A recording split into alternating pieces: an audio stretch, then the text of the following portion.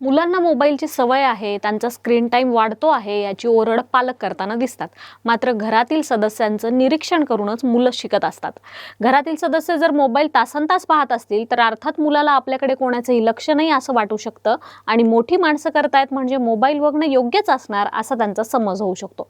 याचाच गांभीर्याने विचार करत सायंकाळी 7 ते 8:30 या 1.5 तासात कुटुंब वेळ पाळण्याचा ठराव राहुरी नगर परिषदेनं एकमतानं मंजूर केलाय.